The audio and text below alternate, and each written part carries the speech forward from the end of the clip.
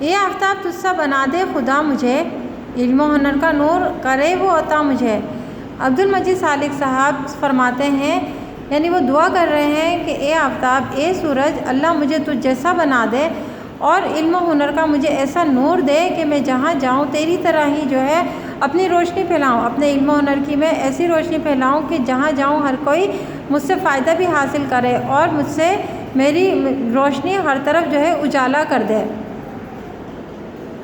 سوال نمبر 2، دیے گئے بیانات کے درست جواب پر صحیح کا نشان لگائیے۔ یہ صفحہ نمبر 21 پر ہے، یہ آپ کو اپنے بک میں ہی کرنا ہے۔ اور سوال نمبر 3، دیے گئے مصروں کو درست الفاظ سے پر کیجیے۔ سوال نمبر 5، نظم کے مطابق کالم الف کے مصروں کو کالم ب کے مصروں سے ملائیے۔ صفحہ نمبر 21 اور 22 ہے، یہ کتاب میں ہی حل کیجیے گا۔ پھر سوال نمبر 4 ہے، دیے گئے الفاظ کے متضاد لکھیے۔ یہ جو الفاظ دیے گئے ہیں ان کے آپ کو اس ورک شیٹ میں متضاد لکھنا ہے، یعنی ضد لکھنی ہے۔ جیسے گرمی کی ضد ہوتی ہے سردی، اندھیرا کی روشنی ہوتی ہے اجالا، اسی طرح سے باقی 3، 4 اور 5 آپ لکھیے گا۔